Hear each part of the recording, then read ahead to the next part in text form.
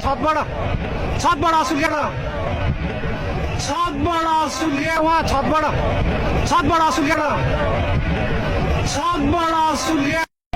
हेर्नुहोस्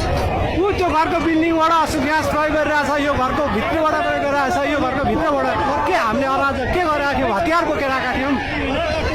सरकार तिमीलाई 17,000 मार्ने र मराउने काम गरेर रगतले नपुगेर अझै युवाको यो अब चाहिएको हो युवाको रगत अझै चाहिएको हो यो देशलाई परिवर्तनका लागि हामी कति ज्यान दिने कति हाम्रा दाजुभाइहरूले ज्यान दिने के हामी नेपाली होइनौँ के गर्दैछ सरकार हेर उहाँ छबाट असुल ग्यास प्रयोग गरिरहेछ यो के का लागि यो सभा गर्न हामीलाई किन नदिएको सरकार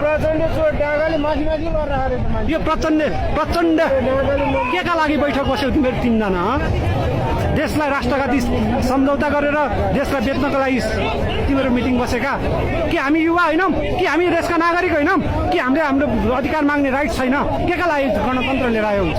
कसका लागि लिएर आयो हिजो राजाको पालामा बोल्न पाइँदैन भन्थ्यौ तिमीहरू 86 वर्ष हुँदासम्म तिमीहरू राज गरेर